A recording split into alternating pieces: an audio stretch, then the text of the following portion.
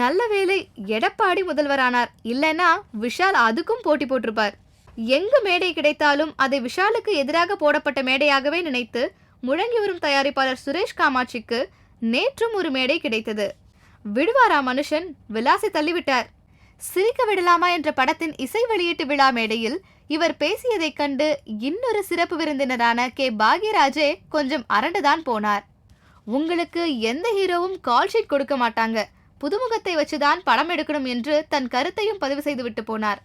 அட, அப்படி என்னதான் பேசினார் சுரேஷ் காமாட்சி? ஹீரோவுக்கு பில்டப் சீன் யோசிச்சே பல படைப்பாளிகள் காணாமல் போய்விட்டார்கள். ஆனால் ஹீரோக்கள் 30 to 100 கோடிகள் சம்பளம் வாங்க ஆரம்பித்து விடுவார்கள்.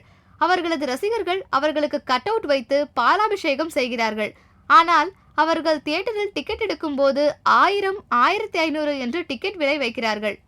ஆக பெரிய நடிகர்கள் அவர்களது ரசிகர்களுக்கே விசுவாசமாக இருப்பதில்லை.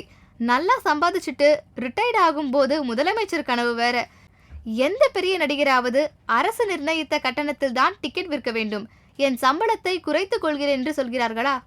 தங்களது ரசிகர்களுக்கே விசுவாசமாய் இருக்க முடியாதவர்கள் எப்படி முதல்வராகி ஒட்டுமொத்த மக்களுக்கும் விசுவாசமாய் இருப்பார்கள்? தியேட்டர் டிக்கெட் விலை அதிகம் என்பதால் தான் தமிழ் ராக்கர்ஸில் படத்தை விடுகிறான். தமிழ் ராக்கர்ஸை பொதுமக்களும் கொண்டாடுகிறார்கள்.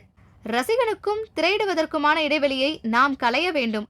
அதை விடுத்து யார் மீதும் குற்றம் சுமத்துக் கொண்டிருப்பதில் என்ன பயன்? அவரை வைத்து படமெடுத்த தயாரிப்பாளர்களையே காப்பாற்ற முடியாத விஷால் எப்படி தயாரிப்பாளர் சங்கத்தை காப்பாற்றப் போகிறார்?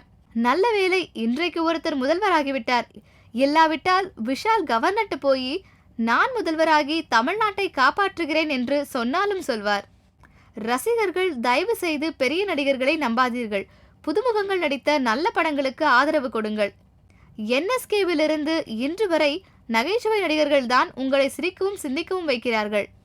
அந்த வகையில் உங்களை சிரிக்க வைக்கும் படமாக சிரிக்க விடலாமாவை எடுத்திருக்கிறார்கள். வெற்றி பெற வாழ்த்துக்கள் என்றார்.